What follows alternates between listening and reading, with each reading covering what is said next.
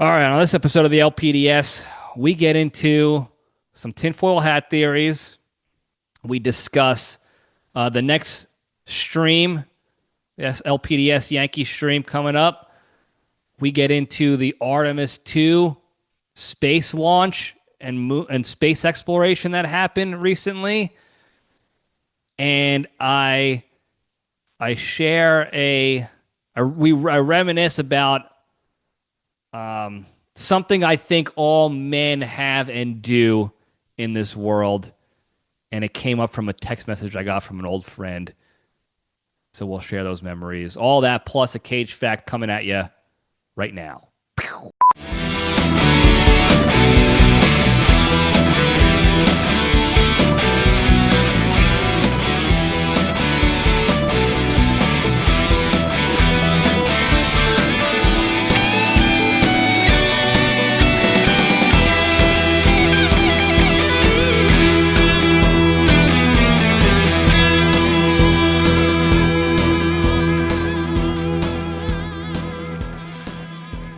All right, Jabronis, we're back. Welcome back to Libretti Podcast Diary Show. I'm your host, Libretti, a show that talks about nothing but tries to find the lessons and everything. We have a good time doing it. Hope everybody had a good week. Mine has been busy. A lot of stuff going on. I'm letting distractions get the best of me a little bit lately, so I'm trying to work on that. Trying to put my phone on Do Not Disturb, but it's been very difficult. This is one of the things where, back when I was in in the Air Force, I had to leave my phone either in a locker or in my car or just out of the office because we were in these classified secured facilities. So it was automatically like removing one distraction. And that was nice. And now I have it 24 hours a day. And it's tough sometimes. I get distracted. I started removing a whole bunch of social media pages I've been following so that they don't pop up on my feed so I don't get distracted anymore to help me with the doom scrolling. And I've been trying to put my phone on Do Not Disturb and move it over into a different room and stuff. But yeah, it's tough. We're working through it. I might have to actually get like a landline to use for business purposes and have that in the office so I can do like the cold calling and stuff like that and keep that spearhead only so then I can leave my phone in a different room for the majority of the day and not have to use that as the excuse. Well, I need my phone here so I can call people and this and that. So we'll figure something out. But I'm working on that. It's been but otherwise the week's been busy with a lot of stuff going on. I got a workshop I got to go to at the end of April, so I'm prepping for that. That's over in Oklahoma again. So I got to prep everything for that, not just stuff for that workshop, but for Randy and for Spearhead and for LPDS and all that good stuff. So we're pushing through, though. We are pushing through. So speaking of pushing through, very quick, we'll push through this in the beginning so you can get the eye rolls out of the way. We talked last week about how the acting Department of Justice, the Attorney General who took over for Pam Bondi, that clown, I forgot his name, Todd Blanche or something. Todd, okay, brother. How he said that there's nobody to prosecute, they're not going to investigate any further, blah blah blah. Well, Melania Trump came out of the blue. First, she had to defend herself. I only knew Epstein from the parties we went to, and I wasn't friends with him, which is basically what every single politician and celebrity and person in the pictures with him has said, basically. So that's whatever. Take that with a grain of salt. And then she's demanding, further investigations and saying how she wants, if for some of these victims, if they want to come up and testify in front of Congress to get the information out there on record under oath, they should be able to do that and feel safe doing that. and yada yada yada. And then I just got announced, or there's just word that they're bringing in who's that chode? Microsoft, Bill Gates, to testify on this House committee about Epstein stuff.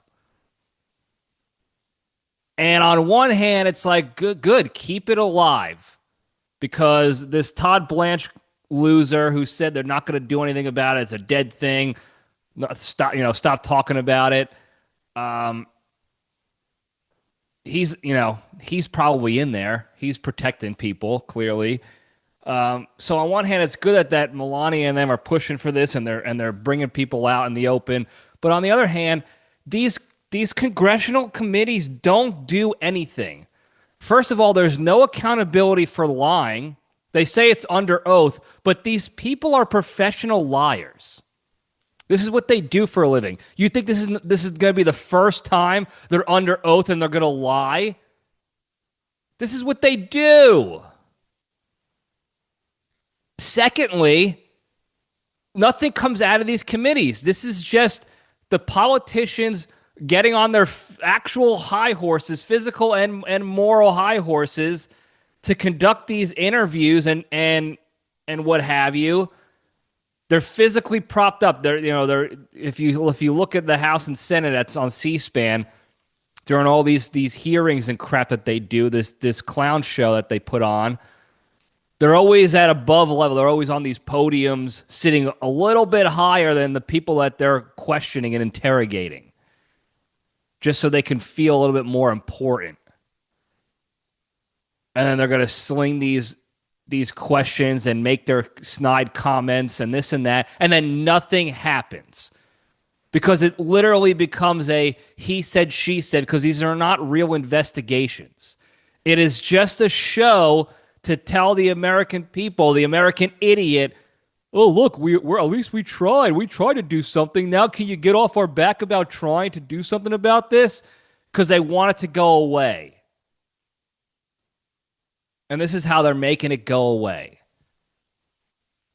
By giving it the old college try with these bullshit hearings, so that these protected sleazeballs can just lie and know nothing's going to happen to them. Or what they could do what Bill Clinton did and reminisce about the good old days with him and his boy Jeffy abusing young women. And he can smile and laugh, and his attorneys can try to pull the pictures away from him so he doesn't keep reminiscing on camera. And then it goes away. And then what have you heard from then on out? Nothing. Hillary Clinton's testimony, nothing. Ghislaine Maxwell asking to be heard from, nothing came of that. Like, nothing is going to happen. But the conversation will continue going. If by nobody else but here at the LPDS, then that's fine. We're still going to talk about this. All the other bullshit that they got in the news, trying to make us forget the war in Iran, that clown show going on right now, the fake alien invasion that I'm sure it's coming any moment now. They got to have a common enemy to bring us together. So I'm sure that's going to happen any day now. They already been alluding to it. More weird UFO sightings and weird video footage from the Artemis space launch that we'll talk about here in a sec. And then more UFO sightings recently, and then Trumpy Bear saying how he's gonna, he's demanding that they release files and this and that, all this crap. Obama coming out saying aliens are real.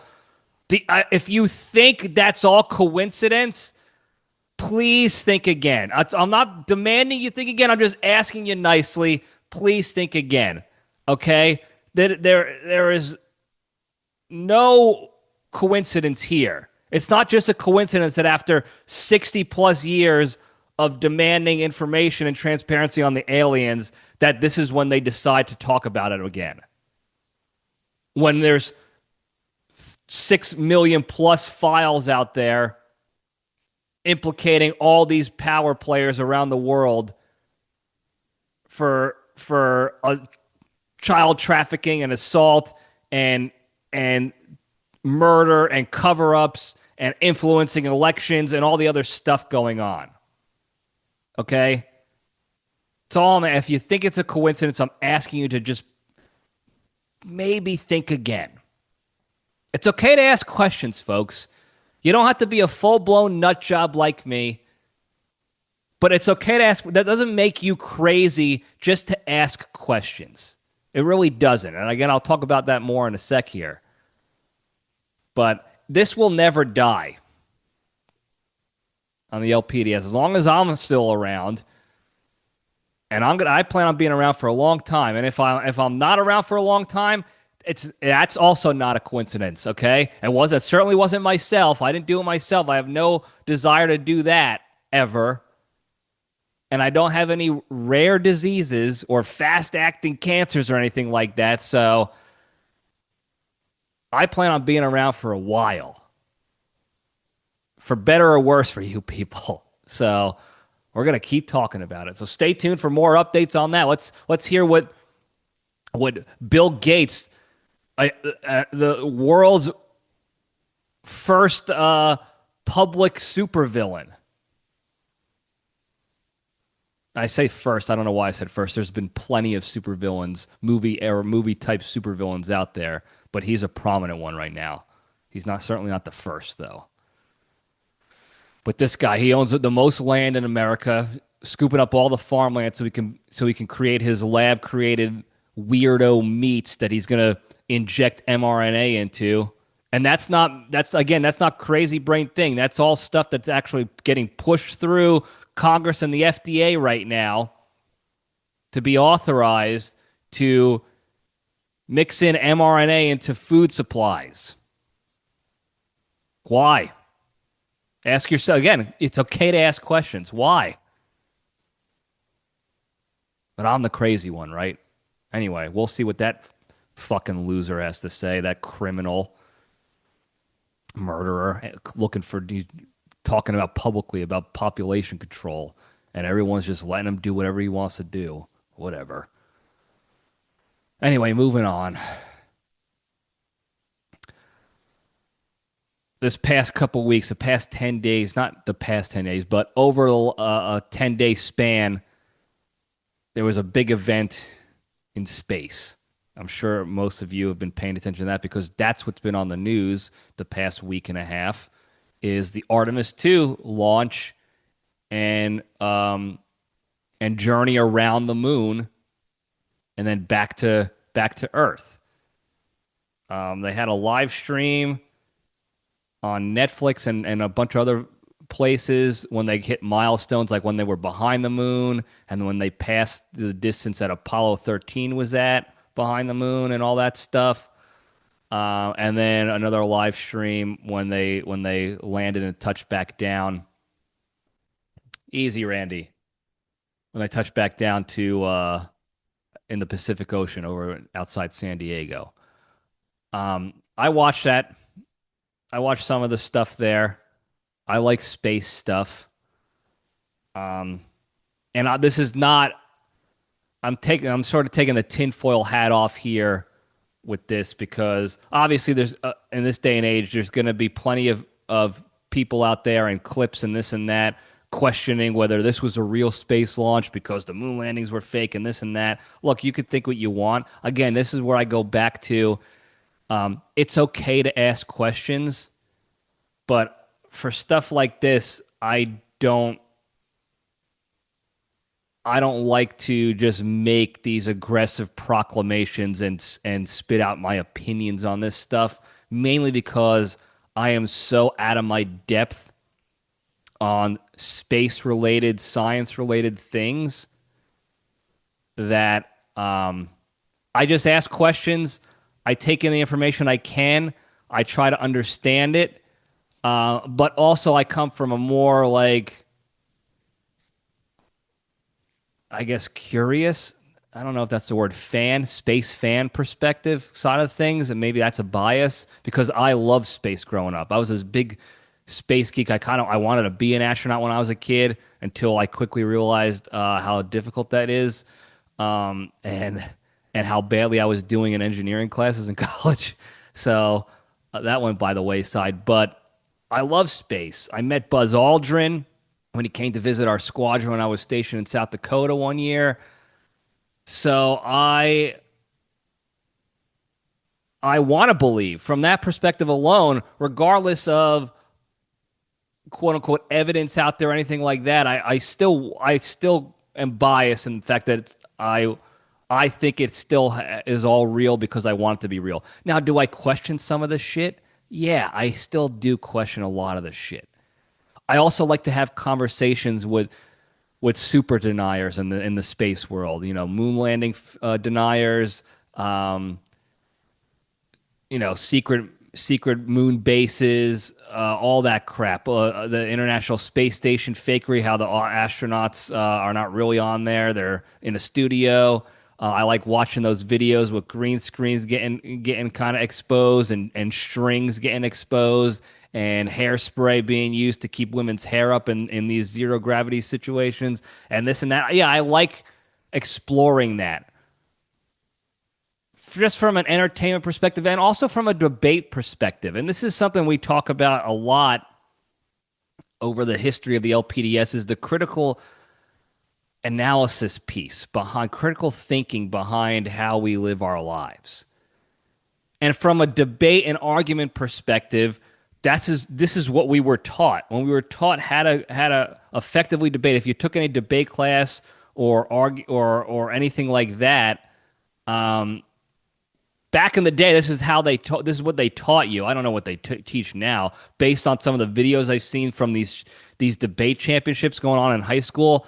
I don't know if they're teaching you shit anymore because these are embarrassing debates. But that's what they taught you. You have a stance.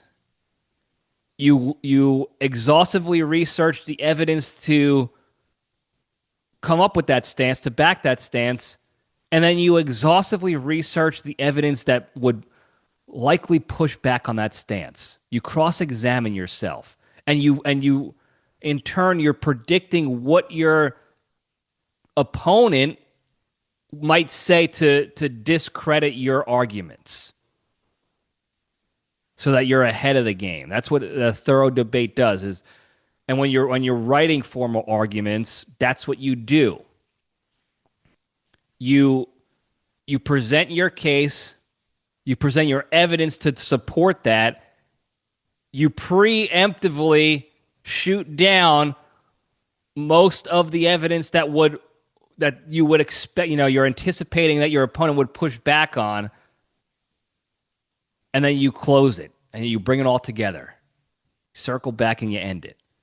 That does not go on a lot anymore, except here in the LPDS universe with you guys, the ride or dies out there that know how to critically think and analyze. So all that's to say is I like to look at all that stuff. I like to watch interviews of that weirdo Bart Sabrail, who's been challenging the astronauts for decades, and he's the one who Buzz Aldrin punched for calling him a fraud and a liar, and try to make him swear on the Bible that he went to the moon, and he talks about the Van Allen radiation belt and all this other stuff that it's impossible that they landed on the moon when they did, and this and that. I'll still look at all that to educate myself, open my horizons, and to also understand what my quote unquote opponent in this debate might be bringing to the table.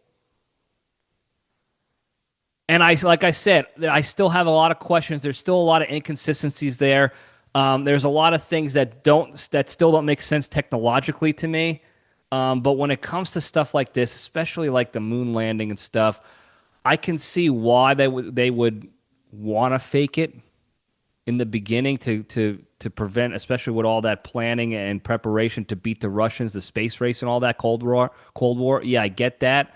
And I believe a little bit that they likely staged some stuff ahead of time in preparation for bolstering up the whole event, or if something went wrong or they lost a feed or this or that, they still had something to kind of fall back on, again, to save face and to show the Ruskies that we got it all dialed in and we're way ahead of the game. particularly like the phone call between Richard Nixon and the astronauts in space. I don't know how they did that. Bunch of landlines, no delay whatsoever. I have to imagine there was something fishy going on with that. The fact that there was no delay, or it was all that wasn't live coming to us on the news. That was done, and then they edited it to remove the delay because the delay was so long between the president asking them questions and them answering the president, and they're like, "This is going to be too long and weird of a segment, so we're going to clip it to remove the delay." Maybe they did that. I don't know, but I do know this: watching the Artemis live feed and listening to Mission Control talk to them, there was a delay in response time, at least a second. Not a lot, but it's 2026, and there's still a little bit of delay, which makes sense to me. So that made me question, like, what was up with that call with Nixon? Doesn't mean I think the moon landing was fake. Like I said, I have questions, and you're allowed to ask questions without having to be without people assuming that you're some nut job denier. Doesn't make you a denier. It makes you a critical thinker and wanting to gather all the information possible and understand things better in life. That's all. That Bart Sabrail guy is a little bit of a nut job because he makes a lot of proclamations and starts taking jabs at people.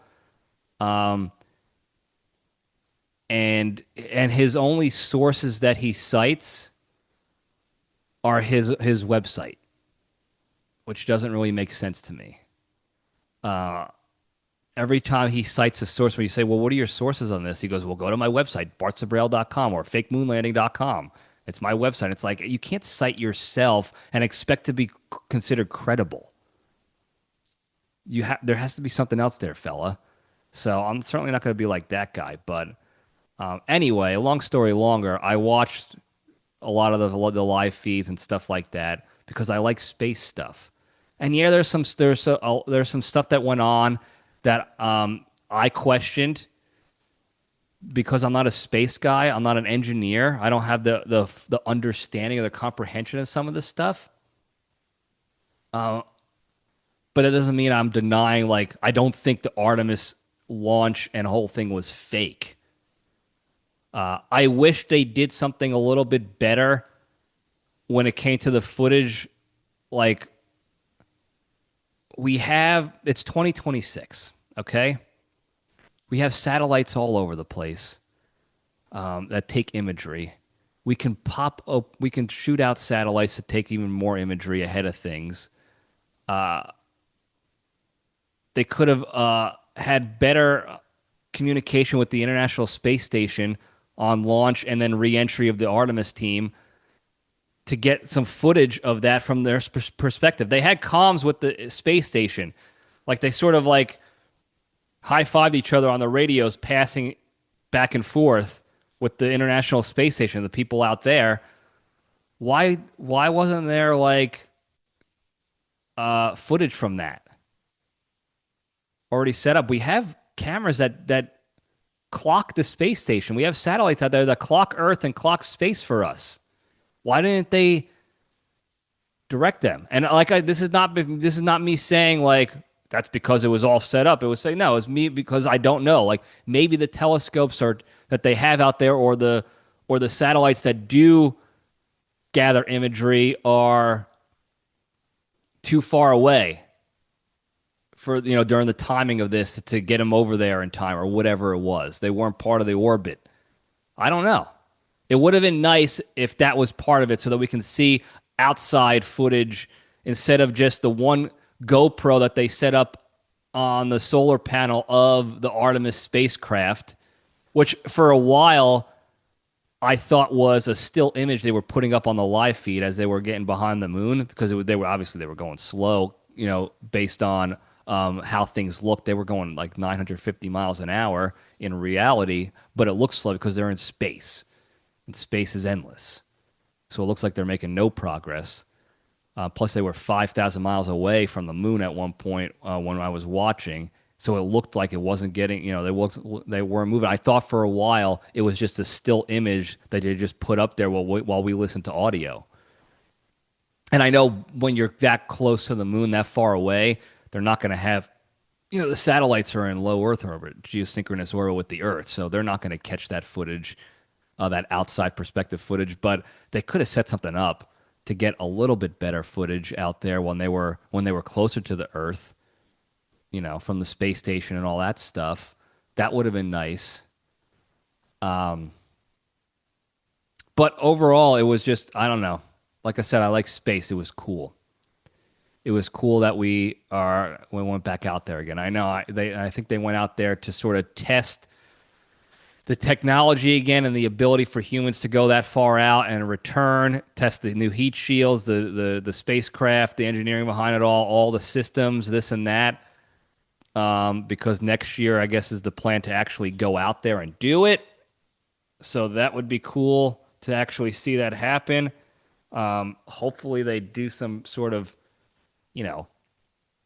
preparing to get better footage. Maybe not so much the footage that we got in 1969 where it was so quote unquote good that people were questioning it actually being possible to do. But we'll see. I'd like to see that. I'd like to see that occur because I don't know. I just think it's cool. I wish I was an astronaut. I wish I had gave myself the chance and the opportunity to go into space. That just sounds so cool to me.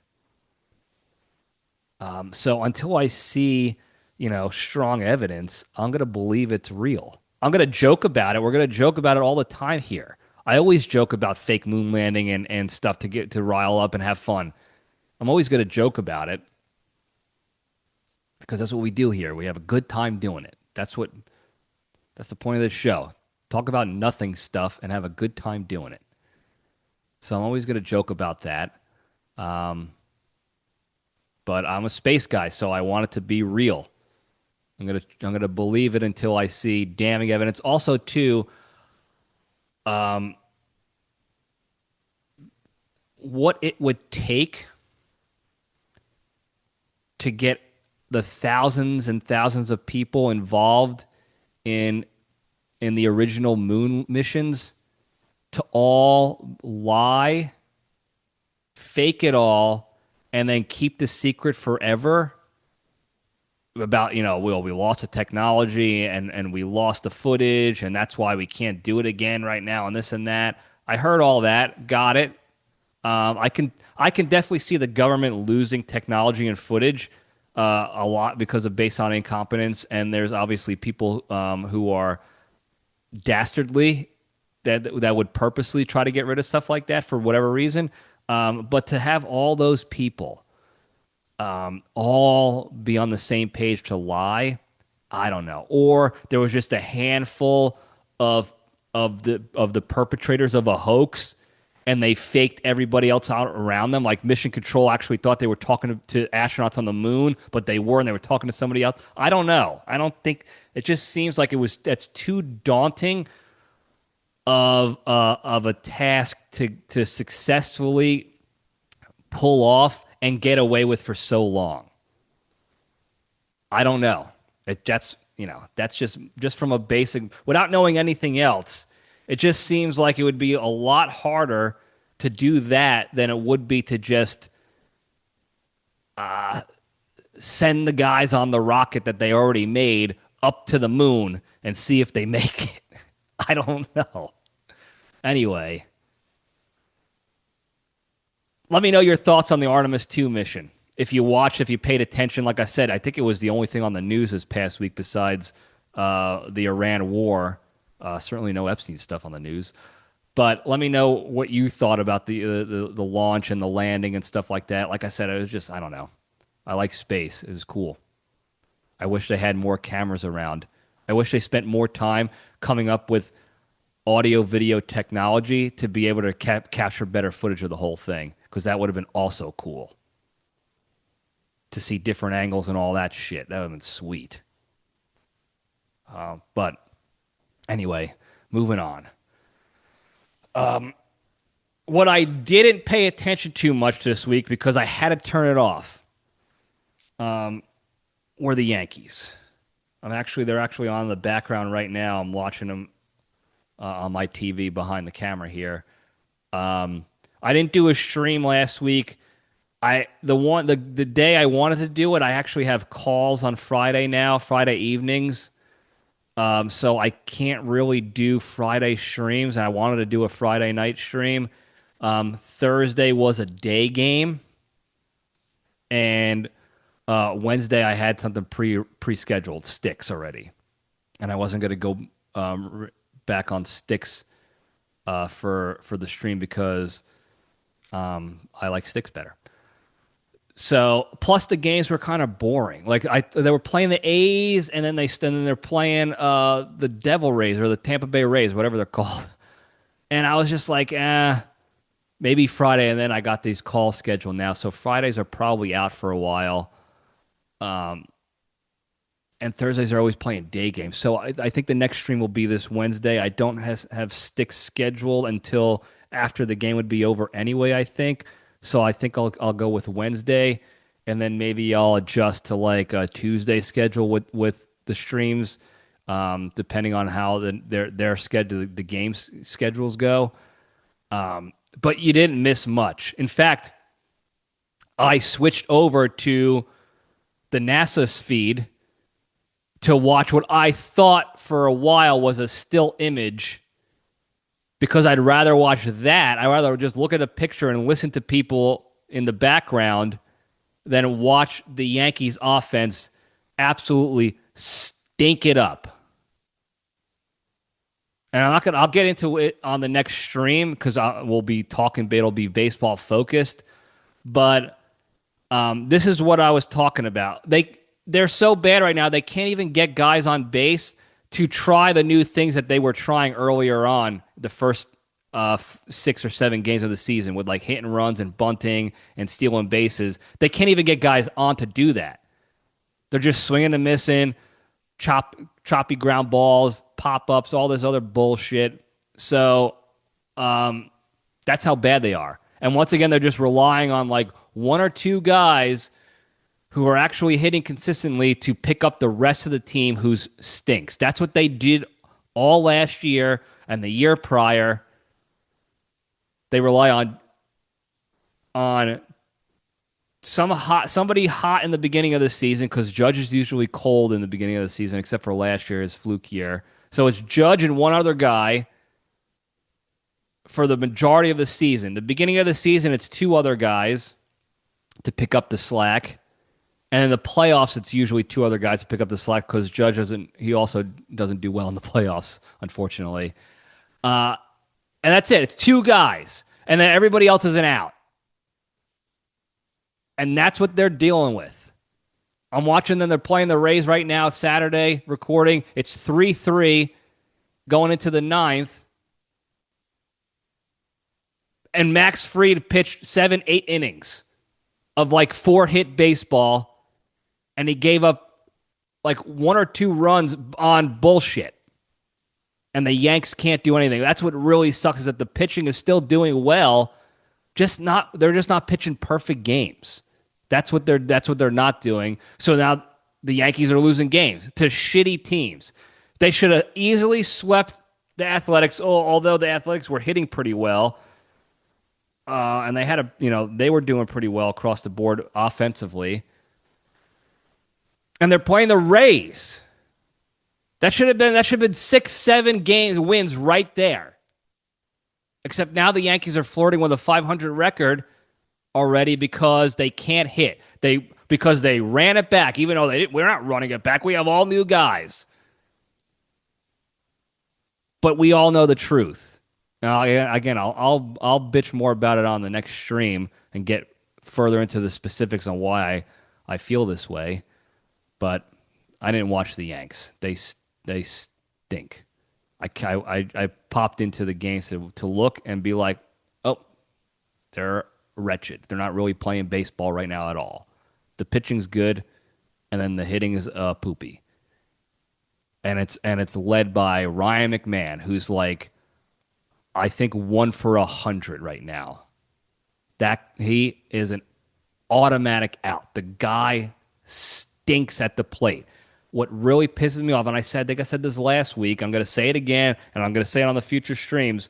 What pisses me off is not that shirt fell off my seat.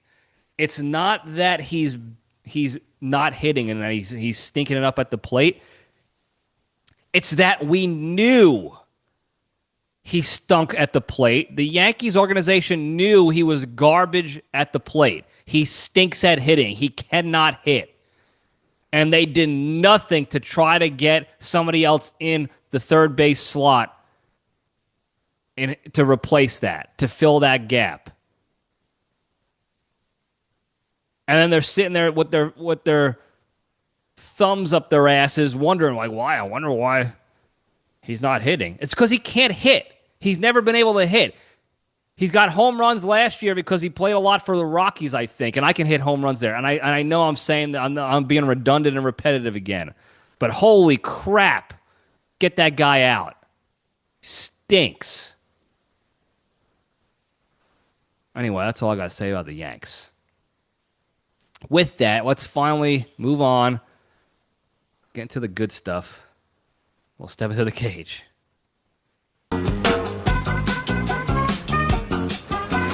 Okay, let's run. Today's Into the Cage segment is proudly sponsored by Pretzel Fingers. You ever find yourself at a game and you can't decide between that big soft pretzel and a nice basket of chicken fingies? Well, now you don't have to with the all-new Pretzel Fingers.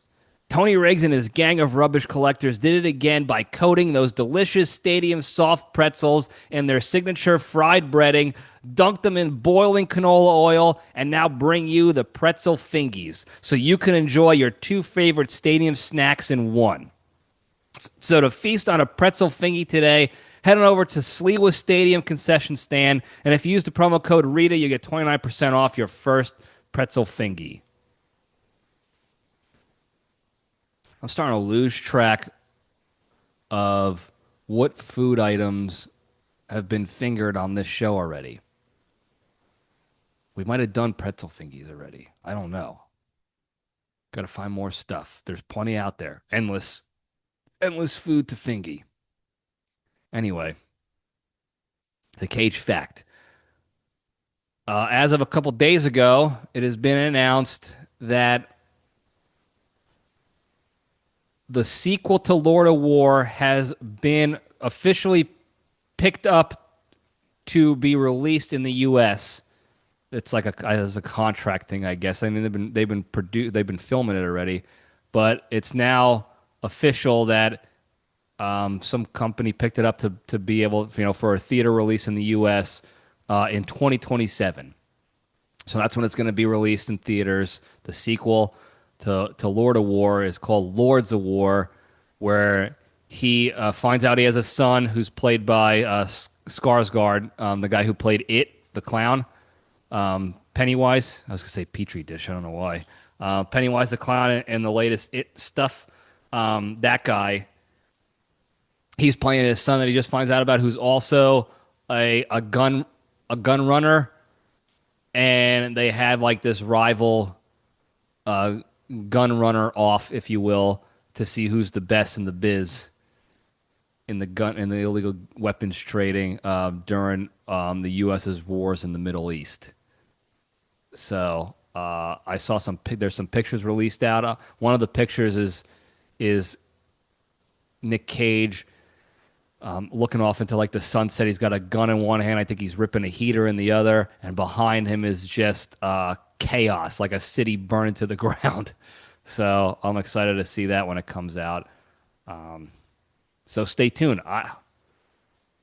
Still no updates on actual Face Off, the one that should have been sequeled already with Travolta and Cage, but whatever. So that would a National Treasure too, but we'll get Lord of War out there. That's fine. I like that movie too. It's another Cage classic anyway. So anyway, there you go. That's a Cage fact. You're welcome. All right, moving over to the Junction. We'll spin the logo up. Whoosh, whoosh, whoosh, whoosh. I I got a text from an old friend, and I don't want to release their identity in case they still listen to the LPDS. But let's just say it was my old baseball coach, and he texted me, letting me know that his boss found his secret dump spot at work. Now, a little context here. He works at a school, assistant athletic director, and his boss is the athletic director, and he was in the same bathroom together, and he identified this as this is where I go if I have to take a dump during the workday. This is the bathroom I use, the dump spot. And anybody who's anybody, any male out there, I don't know if a woman would ever admit this, maybe a military woman, like a veteran or an athlete or somebody, but all guys, all self-respecting guys have a dump spot. Okay? Some of us, it's at our homes only. We don't do public dumpies. We build our lives around ensuring that there are no public dumpies going on, and it's just private home dumpies. That's a thing. There are people that do that. But everybody else, again, no self-respecting guy doesn't have the dump spot. And for those few of you who don't know what that is or have been out of the game long enough to where you don't remember, let me walk you through the evolution of the dump spot. At least for me, anyway. Because this has gone on, this is a thing since probably you start hitting puberty. Around that time, when you start hitting your teen years, 13, 14, 15 up, as you grow from a young boy to a young man, you start to acquire knowledge, growth, and habits that only men can have. Like I said, there might be women who do this too, but I certainly don't think a lot of women would admit it. But one thing that we do is we identify where we're taking dumps. Now, I'll say this. I have built up my life, everything about my maturing phases, my growth, everything. I have built the ability to dump anywhere. I've talked about this many times here on the show, which I don't know if that's something I should be proud of. But I have no problem talking about that. I don't have no problem public dumping anywhere. But that's all in a pinch. That's if you're in combat, if it's high stakes environment and you got to make a play. Yeah, I have the ability to go do that. No problem. This is really giving me a headache, this headset with this hat on right now. If you're watching in YouTube land, I apologize. Anyway, but normal day to day, I have spots. There are designated spots when I'm out and about. And I even in haste, when I talk about the road trips to and from New Jersey, the dump spots are still pre-planned out based on what I've experienced on this route. So I've still put myself in a position to go to the spots and then have contingencies as needed. But this is something all guys will do, and they should. You have to You have to make your mark. Plant your flag in the ground. This is it. Like when dogs piss on bushes and they mark their territory, this is what you're marking. This is the zone. This is the comfort zone for me to do what one of the things you probably enjoy the most in this world, especially if you're like a parent and you hate your job, that's your escape. That's your escape at work or at home from your family and kids or from your boss and your job and your coworkers. That's your escape.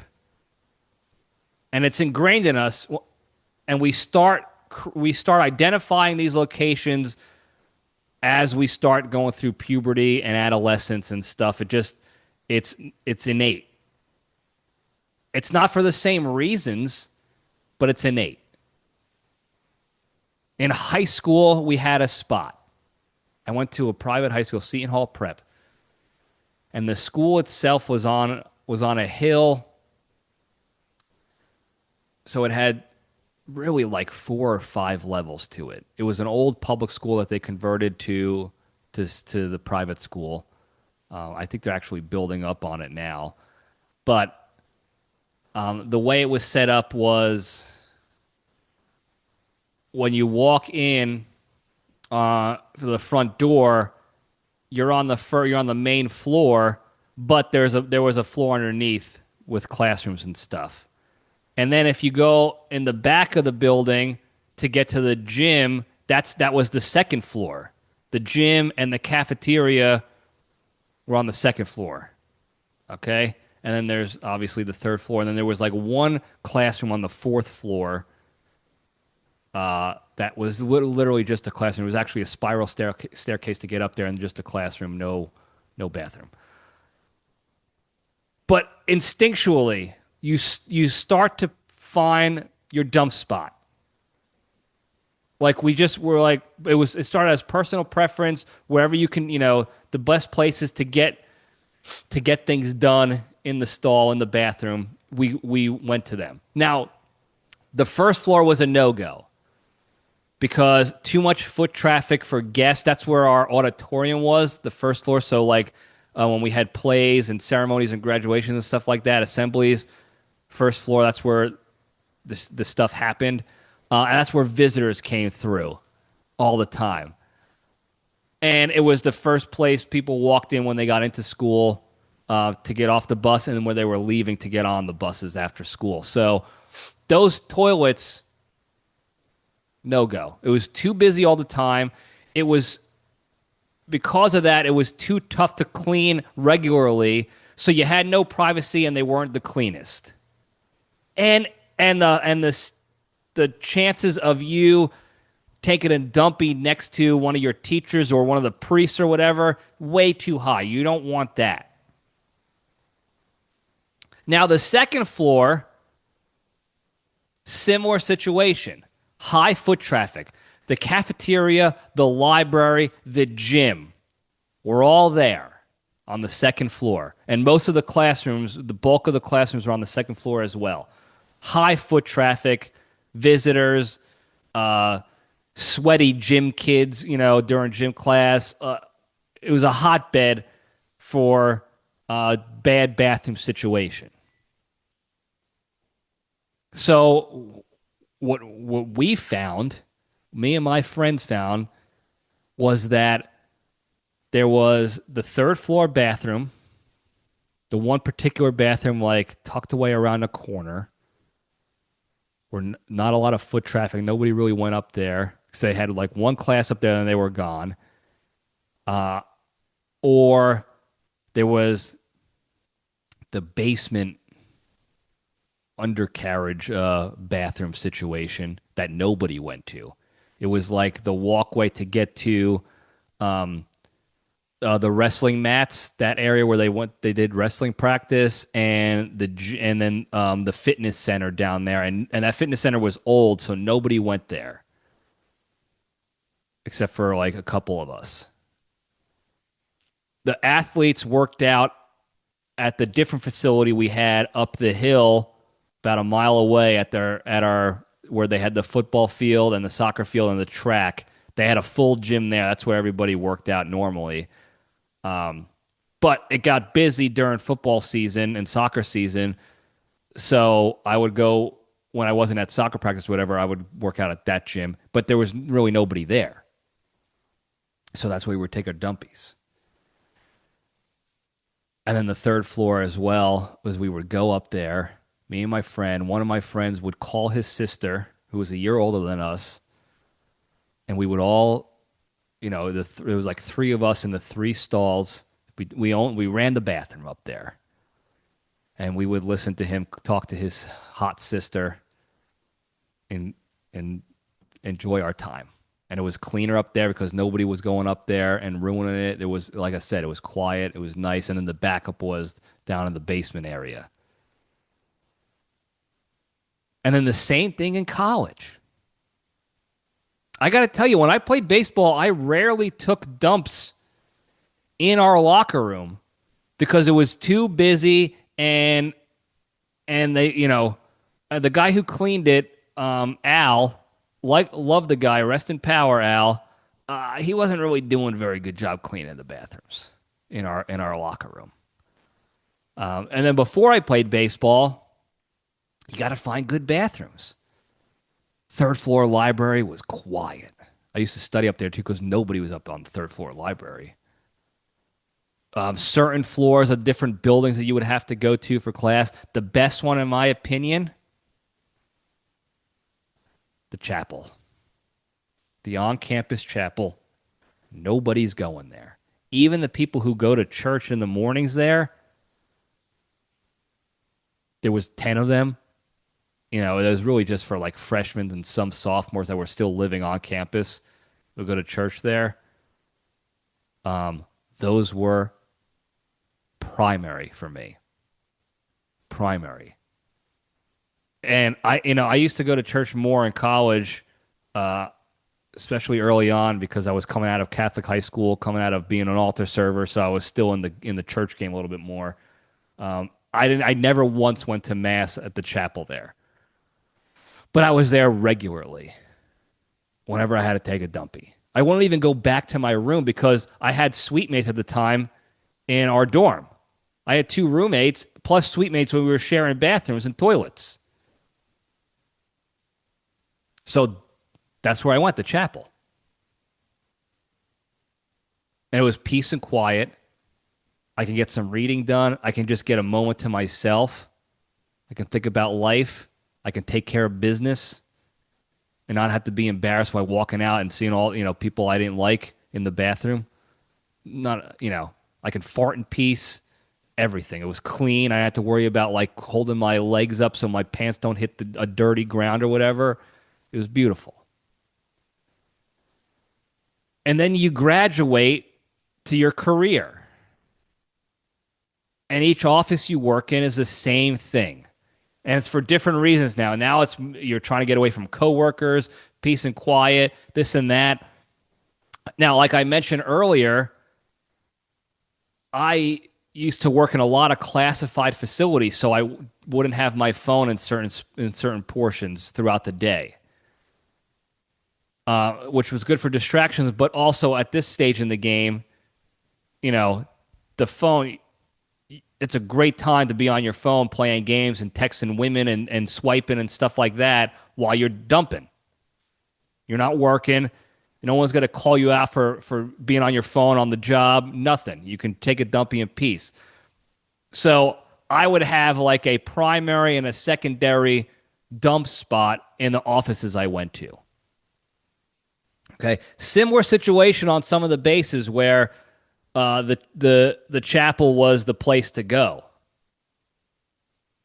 But if I was at work and I couldn't get over to the chapel, down the block on base, you got to have your secondary. And for me, there was one bathroom in our dungeon classified area in South Dakota, and nobody went in there because you couldn't have your phone.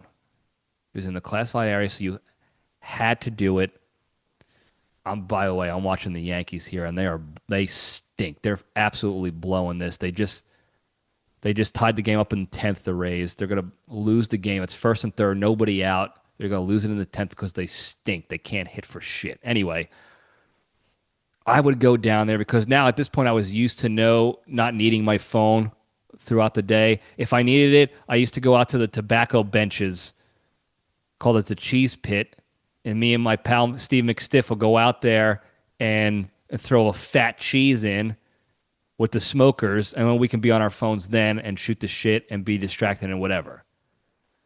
But down there it was nice and quiet, and it was cooler down there in the summer, and nobody was there bothering you. Like I said, nobody wanted to go down and use those toilets because they had no phone. The only time people were using them was when they were flying, when we were on our drone missions. You would run out there real quick to take a piss, to get back on the headset and back on the mission.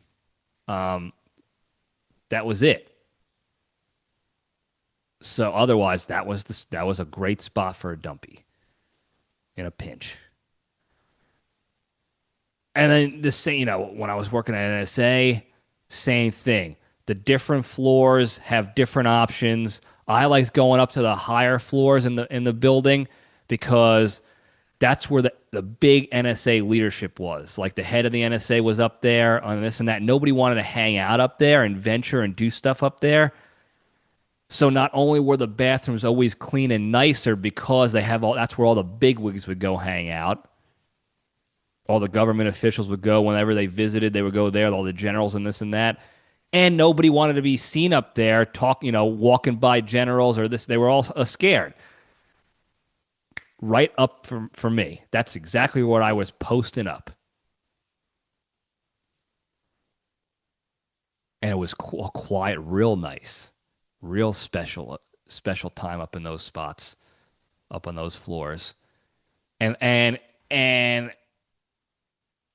you realize after it all, like now I'm realizing it now, like these are all memories. You created memories out of something so simple and stupid. It's like I now have a log, no pun intended, of dump spots throughout my history of life. And you know me, I've dumped in thousands of toilets. But I still remember those spots, the dump spots. Because that is the only place where you can have peace and quiet, and it's expected. And if somebody tries to break that peace and quiet and to interrupt you, even if it's at home with the kids, I know parents are always going to say, oh, you have no privacy anymore. The kids will just run in there. It's like, no. Like, I never ran in on my parents going to the bathroom. I might have opened the door, and when I saw them in the bathroom, if they didn't lock the door, I'm out. Mainly because they would scare the shit out of us, out of themselves too, threatening us to leave them alone. Let them go take dumpies in peace. Or they would have one parent, my mom or my dad watching us while the other one got to go escape to the toilet.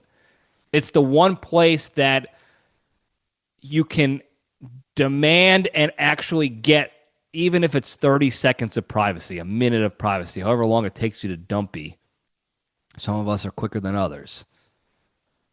That's where you can escape and take a breath. Some people, you can't even do that in your car in the driveway when you get home from work. You can't even do that in the driveway because maybe your kids see you, your wife or your husband sees you, and all of a sudden they're going to, hey, what are you doing out there? Why don't you come inside, hang out with us, blah, blah, blah, and it's gone. And if you drive around in the car to get that peace and quiet, you're going to start getting the phone calls, hey, why aren't you home? You should be home right now. What are you doing?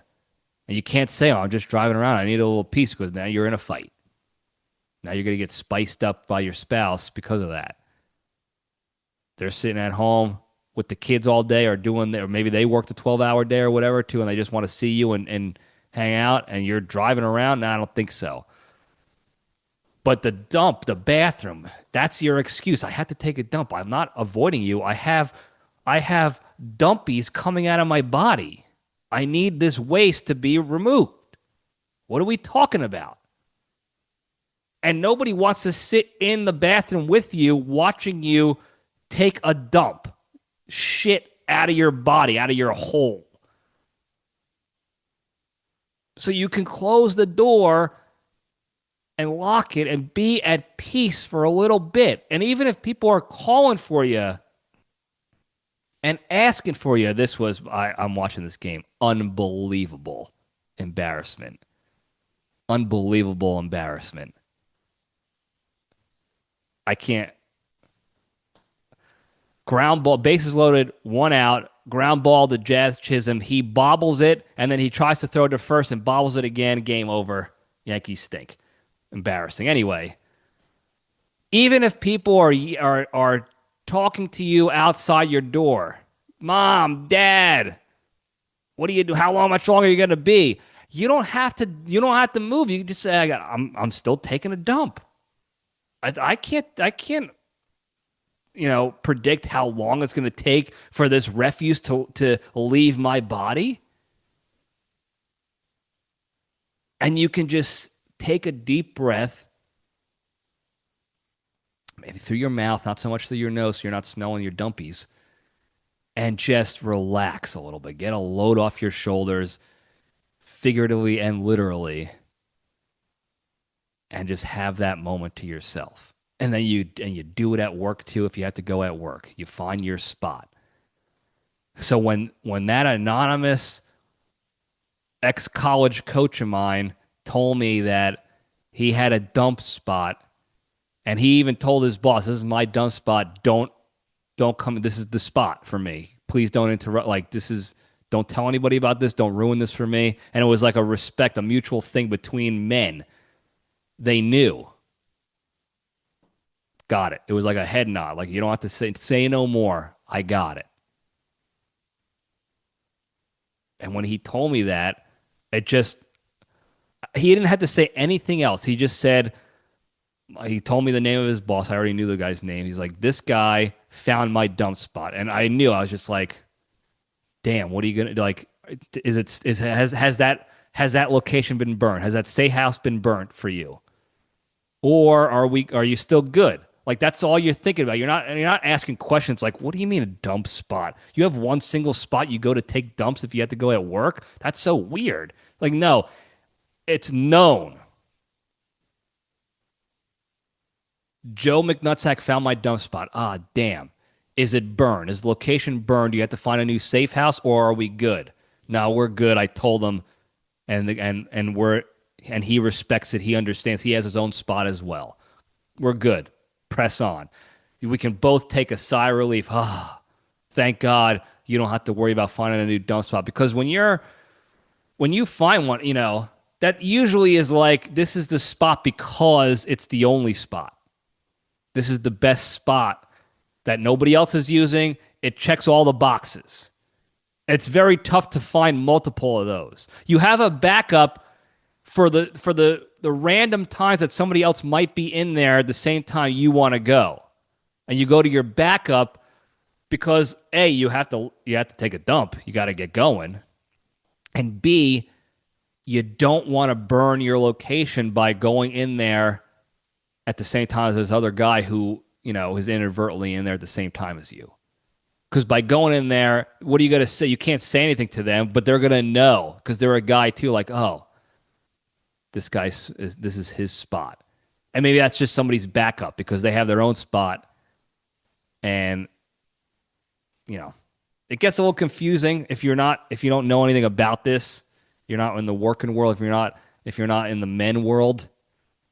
But it just brought back all the memories and stories of all the different dump spots I've had, and when they get burned, or when you had good times with the fellas, calling your friend's hot sister while you're all taking dumps. The things you would do, you'll lay the toilet paper, one layer of toilet paper in the toilet water so that your dumpy doesn't splash water up into your hole. All the different tips and tricks that you had. You would hide like dip cans cheese in certain behind the walls of a certain so like, oh, is this dumpy time? I could go throw a cheese in school and not have to worry about getting in trouble. It was just everything was great. It's just great when you find the spot in any part of your life, at any phase of your life. Just think about it. If I asked you that question, like, hey, where was your dump spot in high school, college, your career, first year of your career, whatever it is, you think back and smile. Nobody's thinking back and be like, well, like, this is weird. I didn't. I just went. Like, again, no self-respecting man would just go willy-nilly anywhere they want. Nobody likes those people. Okay? Those people that you have in that, those are the people that are burning your dump spot. That just happen to show up in your primary spot, and you're like, shit, I can't bring it up. I can't tell anything. Like, you just have to hope that this was just a random occurrence, and this is one of those willy-nillys, and they're not going to have this problem regularly moving forward. Because nobody likes those people. All self-respecting men had the dump spot. And you can sit back. I know some of you are thinking back like, where was let's see if I remember my spot in this time of my life. Or what I do now. I know you guys are doing it. I know it. And I'm here for it. I'm with you, fellas. Because like I said, as soon as I got that text, that's exactly what I did. I went back to think about all the spots I had and how devastating it was to burn a primo choice dump spot. To have it ruined. Heartbreaking. But you remember how good it was when you had it. And you can think back of it fondly. And if you had a spot for the whole time you were in a particular location, even better. Even better. Even at training schools, I remember having dump spots to drop dumpies. And, I was in San Angelo for almost a year at Intel school. Dump spots. Backups, primaries, all of it. So, if you don't have a dump spot and you're a man, if you don't have a dumpy spot, and you're not a home only. I know that, like I said, there's a bunch of people I know that are home only dumpers. That's fine. That's your spot. But if you never had a spot before, get a spot. And if you need help finding one, let me know. Reach out. And if you have stories of your dumpy spots, hit the hotline. 202-670-1114. Let's hear about it. You can remain anonymous, but think about your favorite spot where it all came together for you. Clean bathroom situation. Maybe you were at like a VIP place where they had mints or something for you to get afterwards. Or if you're like at a really ritzy like hotel or facility of any kind, they'll have a guy in there selling you stuff, colognes, Lucy's, what have you. Whatever stories you have, let me know if you got them. And we can reminisce and think back fondly of those more peaceful moments of control in your lives as a man. Doing man stuff. Controlling the situation, controlling the environment, and taking dumps.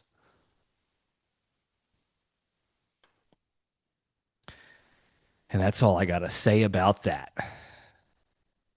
Before we go, very quickly, the big three, the three pillars to staying strong and being a better, happier, kinder, healthier, less stressed, more genuine human being, being able to spread that positivity and goodness to all those around you and throughout the land. Number one, exercise every day. Do something a little bit each and every day to exercise physically, mentally, or emotionally to improve your fitness level physically, mentally, and emotionally. Number two, the hardest one, don't be a shitty person, no pun intended. Don't be a negative person, be a kind person. When the opportunity arises to be negative and shitty towards somebody, even if they deserve it, take a deep breath, take the LPDS step back, and remove yourself from the situation. You don't even have to say anything. Just put the phone down, close the laptop, walk away, whatever you got to do, and minimize the negativity going on in your world and the world around you.